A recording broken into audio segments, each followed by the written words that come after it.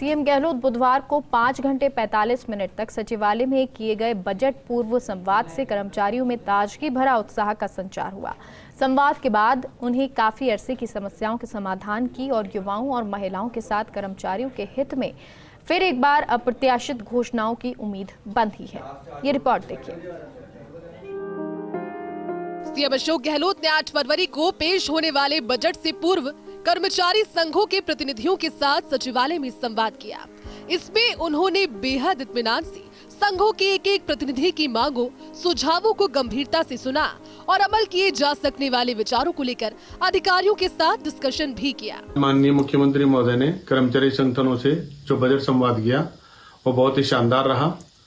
अधिकांश कर्मचारी संगठनों ने माननीय मुख्यमंत्री महोदय की पुरानी पेंशन स्कीम लागू किए जाने पर आभार जताया, साथ ही अपनी अपनी बातें रखी। अखिल राजस्थान राज्य संयुक्त कर्मचारी महासंघ एकीकृत की ओर से हमने अपनी बात रखी, जिसमें संविदा कर्मचारियों को नियमित किए जाने बाबत, तकनीकी कर्मचारी मंत्रालय कर्मचारियों के वेतन सीधे सुधारे जाने बाबत, पदनाम परिवर्तन की पत्रावलियों का निस्तारण बाबत, साथ ही वर्क चार्ज कर्मचारियों की पदोन्नति शीघ्र शुरू किए जाने का मुद्दा मीटिंग में उठाया। प्रमुख मुद्दे और मांग ओपीएस को लागू करने की सराहना की। हालांकि इसमें छोटे कर्मचारियों के वर्ग को भी शामिल करने और विसंगति को दूर करने की मांग की। संविदा कर्मियों को नियमित करने की मांग की। तकनीकी कर्मचारी और मंत्रालय कर्मचारियों की वेतन विसंगति को सुधारने की मांग की। पदनाम परिवर्तन की पत्रावली का निपटारा करने की मांग की। वर्क चार्ज कर्मचारियों की पदोन्नति जल्द शुरू करने की मांग की। अधीनस्थ मंत्रालय कर्मचारियों का वेतन सचिवालय के पैटर्न पर करने की मांग की। कर्मचारी कल्याण बोर्ड का गठन करने की मांग की। महिला कर्मचारियों को माहवारी अवकाश देने की मांग। शिक्षा विभाग में नए नियमों में संशोधन करने की मांग। ग्रामीण क्षेत्र में लगे कर्मचारियों को 10% ग्रामीण भत्ता देने की मांग। पुलिस कर्मियों को वरिष्ठता के अनुसार पदोन्नति देने की मांग। 5वीं अनुसूची के तहत वेतन कटौती वापस लेने की मांग। खेमराज कमेटी, सामंत कमेटी की रिपोर्ट लागू करने की मांग। ओपीएस लागू करने के बावजूद नहीं खोले गए जीपीएफ के खाते खोलने की मांग। निजी सचिव, निजी सहायक संवर्ग की मांग। पदोन्नति का 5वां पद सृजित करने की मांग। निजी सचिव की ग्रेड पे 6600 करने की मांग। 700 पदों पर नई भर्ती करने की मांग। निजी सहायक को पहली पदोन्नति 3 साल में सुनिश्चित करने की मांग।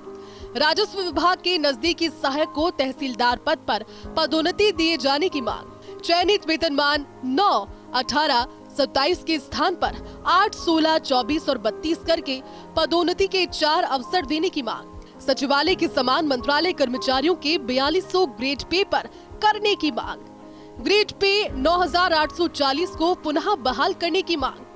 संविदा कर्मचारियों की सेवा में पूर्व की अवधि को जोड़ने की मांग। चतुर्थ श्रेणी कर्मचारियों को एमटीएस नाम देने की मांग। पेंशनर्स को वेतन वृद्धि का लाभ दिए जाने की मांग। सभी कैडर के सेवा नियम में संशोधन और पदनाम परिवर्तन करने की मांग।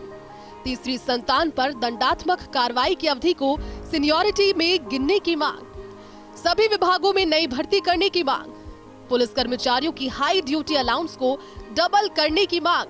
प्रोविजन अवधि में नियमित कर्मचारियों के समान सुविधाएं देने की मांग।